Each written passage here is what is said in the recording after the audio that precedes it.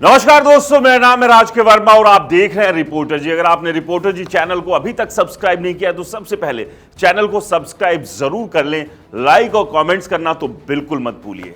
दिल्ली विधानसभा चुनाव जो कि 2025 के हैं, फरवरी में होने हैं और ऐसे में इस चुनाव की घोषणा कभी भी हो सकती है और उससे पहले चुनावी आहट जो है वो शुरू हो चुकी है। आम आदमी पार्टी, बीजेपी, कांग्रेस सभी ने अपनी तैयारियां और रणनीति बनानी शुरू कर दी है। आम आदमी पार्टी के लिए इस बार सबसे ज्यादा टेंशन है क्योंकि पिछले 10 साल से आम आदमी पार्टी दिल्ली की सत्ता पर राज कर रही है। पहली बार जब चुनाव जीते थे तब कांग्रेस के साथ गठबंधन में सरकार बनाई थी, लेकिन यह गठबंधन ज्यादा दिन तक चल नहीं पाया और उसके बाद फिर से चुनाव हुए और 2 बार लगातार आम आदमी पार्टी ने प्रचंड बहुमत के साथ जीत हासिल की। तो क्या एक बार फिर से आम आदमी पार्टी अपने इस प्रदर्शन को दोहरा पाएगी या फिर बीजेपी कुछ नई रणनीति, नई चाल के साथ दिल्ली में आम आदमी पार्टी को मात देने में कामयाब हो जाएगी? क्योंकि बीजेपी ने हरियाणा और महाराष्ट्र में जिस तरह से प्रदर्शन किया, सभी के होश उड़े हुए हैं और यही एक बड़ी टेंशन है जो केजरीवाल और आम आदमी पार्टी को अब सता रही है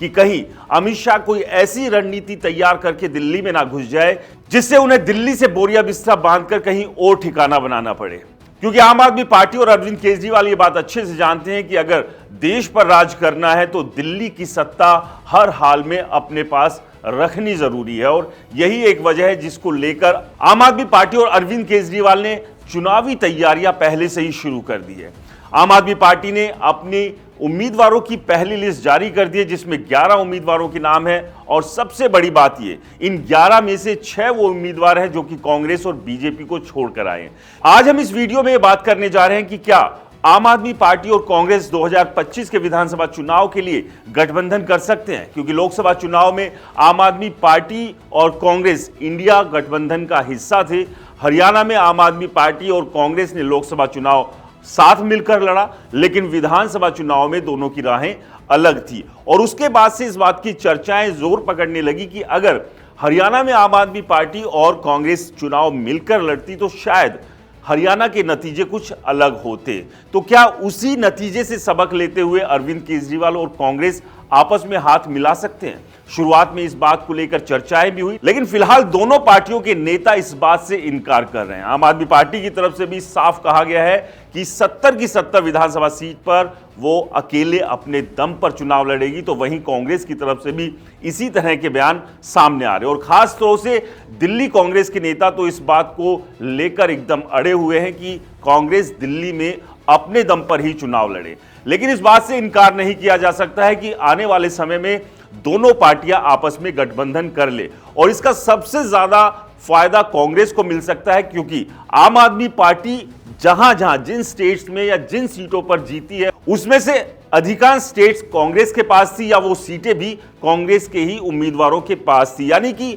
आम आदमी पार्टी अगर किसी को खा रही है तो वो कांग्रेस को ही खा रही है। तो क्या कांग्रेस इस बात से सबक लेते हुए और आम आदमी पार्टी को यह समझाते हुए कि अगर अकेले अकेले रहे तो सेफ नहीं है, यानी कि बटे तो कटे वाला एग्जाम्पल वो अपने और आम आदमी पार्टी के साथ भी क्या अप्लाई कर सकती है? और अगर ऐसा होता है तो बीजेपी के लिए फिर कितनी बड़ी चुनौती होगी? क्योंकि लोकसभा चुनाव के नतीजों की बात करें तो पिछले 2 लोकसभा चुनाव में सातों की सातों सीटों पर बीजेपी ने आम आदमी पार्टी का सुपड़ा साफ किया, यानी कि बीजेपी लोकसभा चुनाव में अभी तक 100% नतीजे देती रही है। तो क्या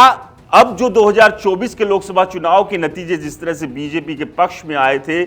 वो 2025 के विधानसभा चुनाव में उसको भुनाने में कामयाब रहती है? और जो शराब घोटाले का जो कलंक अरविंद केजरीवाल और आम आदमी पार्टी के माथे पर लगा हुआ है उसका नुकसान आम आदमी पार्टी को कितना होगा? और क्या ये सारा गणित आम आदमी पार्टी और कांग्रेस को एक साथ एक मंच पर